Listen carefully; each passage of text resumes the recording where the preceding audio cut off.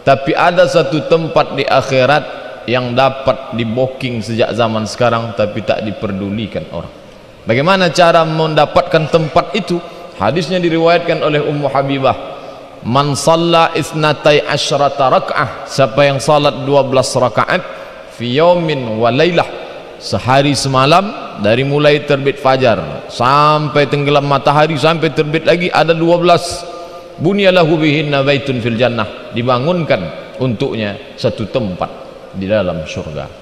Bapak Ibu yang dimuliakan Allah Subhanahu wa taala, apakah yang dimaksud dengan 12 rakaat itu masuk di dalamnya salat duha, salat tahajud, salat witir, salat hajat, salat sunat taubat, salat istikharah, salat tasbih? Yang dimaksud dengan 12 rakaat itu hanya qabliyah dan ba'diyah saja. Yang 12 itu adalah 4 rakaat sebelum zuhur, 2 rakaat setelah zuhur, 2 rakaat setelah maghrib, 2 rakaat setelah isya, 2 rakaat sebelum subuh. Itulah yang disebut dengan 12 rakaat.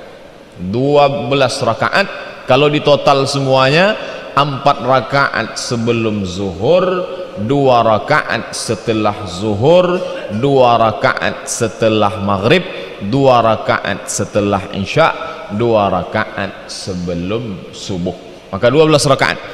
Lalu bagaimana dengan orang yang 2 rakaat sebelum zuhur? Berarti kan 10. Ada juga riwayat tentang itu. Hadisnya pun sama sahih, diriwayatkan oleh Abdullah bin Umar. Jadi dua-dua dapat dilaksanakan. Bapak Ibu yang melaksanakan 4 rakaat sebelum zuhur pakai riwayat hadis Ummu Habibah. Yang 2 rakaat sebelum zuhur berarti 10, maka dia pakai riwayat Abdullah bin Umar radhiyallahu anhuma. Bapak dan Ibu hadirin hadirat yang dimuliakan Allah Subhanahu wa taala. Tapi tak dapat berpegang dengan satu hadis ini saja. Nanti kalau berpegang dengan ini kita menyalahkan orang qabliyah isya. Saya salat di salah satu masjid, tausiahnya dari maghrib ke isya.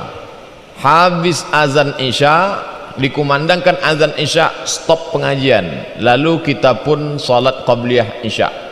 Saya ikut salat qabliyah isya. Selesai qabliyah isya, salat isya. Habis salat isya, ba'diyah isya. Setelah itu datang satu jamaah, Pak Ustadz, ada yang mau saya sampaikan.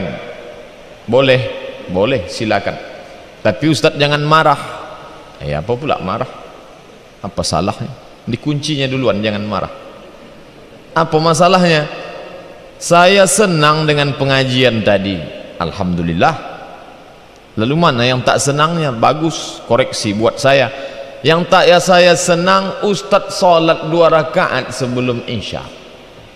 Itu tak ada dalam hadis riwayat Ibnu Umar. Karena yang dia pegang riwayat Ibnu Umar 2 rakaat sebelum zuhur, 2 rakaat setelah zuhur, 2 rakaat setelah maghrib, 2 rakaat setelah isya, 2 rakaat sebelum subuh. Maka tak ada qabliyah isya. Itulah yang dia komplainkan. Tidak ada qabliyah isya.